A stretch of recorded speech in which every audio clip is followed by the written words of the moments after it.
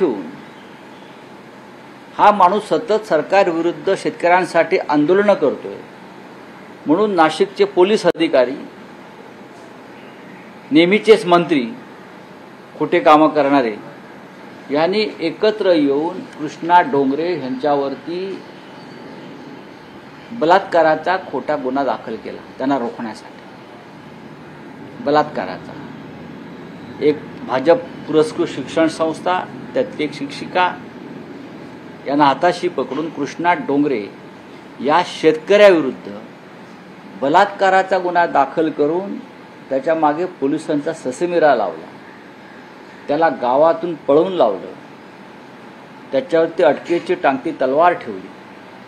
का तर तू सरकार विरुद्ध आंदोलन करायचं नाही, मंत्र्यांच्या विरुद्ध आंदोलन करायचं नाही, नाहीतर अशा प्रकारचे गुन्हे दाखल करू आणि तुला ठार मारू। हे पोलीस आणि त्या मंत्र्यांची माणसं आणि भाजपचे कार्यकर्ते सांगतात, हे सगळे पुरावे आहेत। ज्या दिवशी बलात्कार झाला, अशा प्रकारचा गुन्हा नोंद झाला, कोर्टात सिद्ध झाला आहे म्हणून मी हे सांगतोय, त्या दिवशी कृष्णा डोंगरे त्या भागातच नव्हते, ते सप्तशृंगी गडावर देवदर्शनामध्ये होते। हे CCTV फुटेजवरून स्पष्ट दिसतं। बलात्काराचा गुन्हा झाला त्या दिवशी, त्या घटनेच्या वेळी, त्या क्षणी कृष्णा डोंगरे हे सप्तशृंगी गडावर वणीला होते आणि कुटुंबासह धार्मिक कार्यामध्ये होते।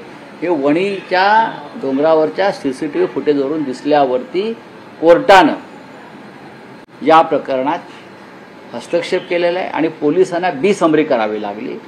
यातून मला इतकंच सांगायचं आहे की तुम्ही जनसुरक्षा कायदा, अर्बन नक्षलवाद, अमुक आणि तमुक याच्या वल्गना आणि गर्जना करताय। ह्या अशा पोलीस अधिकाऱ्यांना, अशा मंत्र्यांना आणि अशा राजकीय कार्यकर्त्यांना भाजपच्या तुम्ही कोणता कायदा लावणार आहात? हे आजचं नाही आहे। नाशिकच्या पोलीस आयुक्तांनी शिवसेनेचे कार्यकर्ते फोडण्यासाठी अशाच प्रकारे खोटे गुन्हे दाखल केले।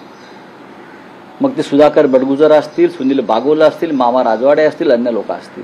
आता काय झालं त्या सगळ्या गुन्ह्याचं? भारतीय जनता पक्षाची सुपारी घेऊन हे पोलीस अधिकारी काम करतात।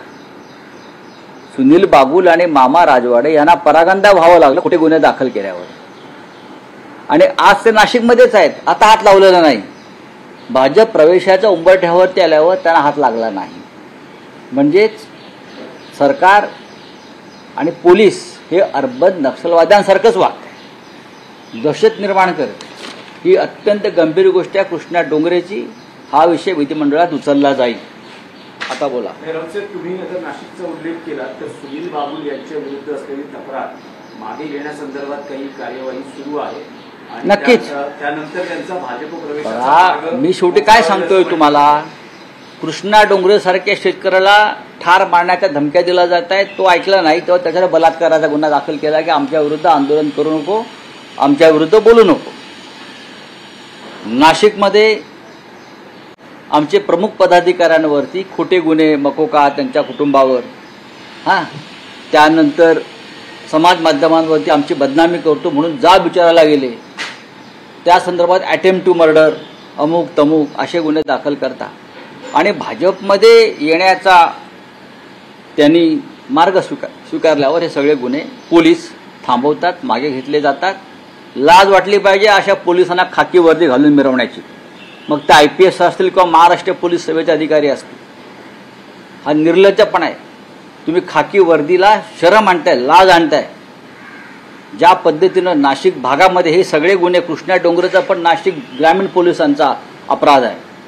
कोणाच्या मंत्र्याच्या दबावाखाली तुम्ही हे बलात्काराचे गुन्हे दाखल करताय खोटे? कृष्णा डोंगरे हा कांद्याच्या प्रश्नावरती सातत्यानं आवाज उठवतो। तुम्हाला आठवत